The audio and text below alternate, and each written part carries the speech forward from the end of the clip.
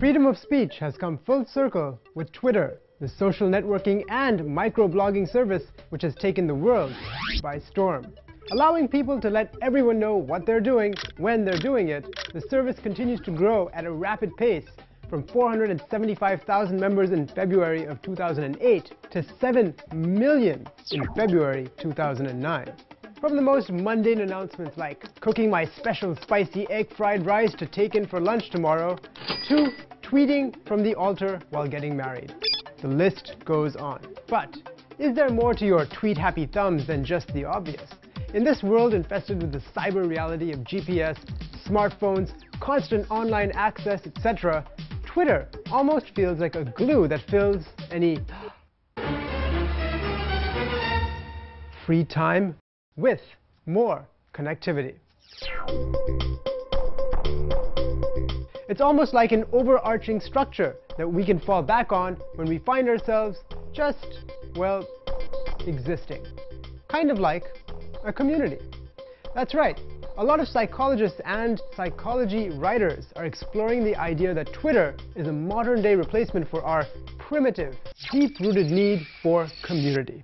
As one psychologist, John M. Grohl, writes in The World of Psychology, think of Twitter as instant messaging, except instead of talking to a single person, you're talking to the world.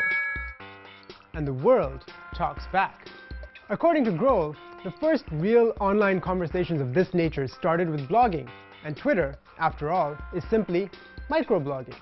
He also outlines some important differences between Twitter and the older forms of conversation like IRC, instant messaging, and chat rooms that make it such a social and psychological phenomenon. Its regular access and integration in one's life through the mobile platform in particular make it a much more pervasive force for those who buy into it. Carrying constant access through Twitter on your mobile means you have a constant inflow and outflow of information. The term ambient intimacy, coined by freelance contextual researcher Lisa Reichelt, describes letting people know exactly what you're doing in the real world and keeping up to date with whatever they are up to as well. In terms of receiving updates, Grohl hones into one of the common reactions of avid Twitter users. He talks of the feeling of missing something when one is offline and not receiving Twitter updates. This compulsion to cover all the ground you missed is where Twitter departs from a normal human conversation. As Dr. Grohl points out, these have a beginning, middle, and end. This is also how Twitter departs from email, chat, and other forms of online conversations, leaving one with a feeling of needing to always be there. Constantly checking the flood of tweets left by all the users you follow can easily become an obsession. This is an example of the psychological principle of intermittent variable reward. Discovered by American psychologist B.F. Skinner, this claims that humans prefer intermittent rewards over predictable rewards. If you can never expect what tweets you will receive next, you will want to keep coming back for more. Patricia Wallace, a techno-psychologist, believes part of the allure of email is also similar to that of a slot machine. You have intermittent variable reinforcement. You are not sure you are going to get a reward every time or how often you will, so you keep pulling that handle. Dr. Grohl ties this in with the general information overload that many are experiencing, looking very much like zombies while trying to process it all.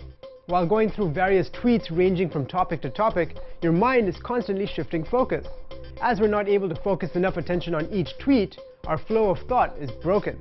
As brain scientists now tell us, becoming an expert is not a matter of being a prodigy. It's a matter of being able to focus.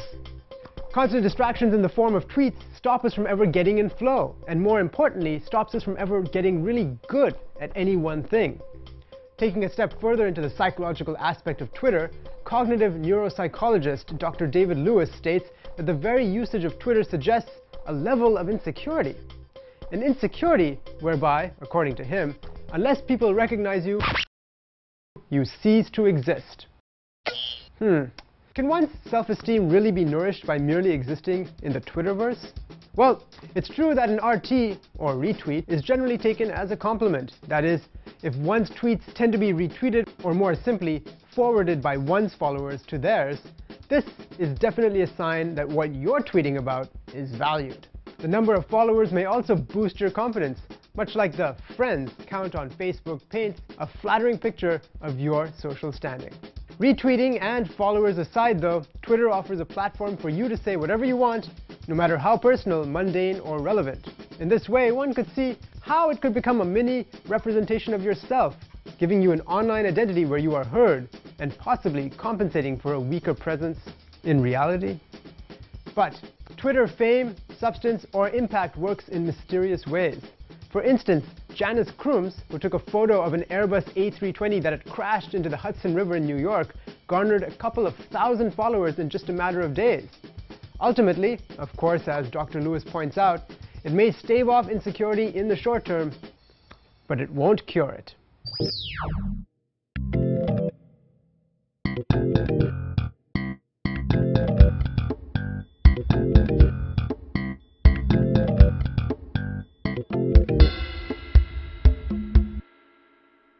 On Wednesday, at the second floor, Google Pakistan and the Pakistan Software Houses Association, or PASHA, teamed up for an online marketing workshop. Spearheaded by Badr Khushnood of Google, the event was held in order to raise awareness of the tools available to local tech companies to market their products and services online.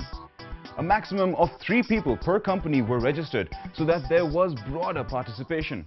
Amongst the topics discussed were researching and evaluating your business sector, identifying your online audience, making your online presence effective, and increasing traffic on your website. The event turned out to be quite useful for everyone, with a fantastic turnout with 98% of all those who registered showing up. When asked if there was anyone who was, quote, desperate to market their products online, quite a few hands were raised, pointing to the need for such a workshop. Apart from the plethora of online tools mentioned in the presentation, such as Google Insights and Google Tracking, that point marketeers to topics that are most widely searched, the audience appreciated the information that the recent Google mapping party mapped the whole of Lahore in one day.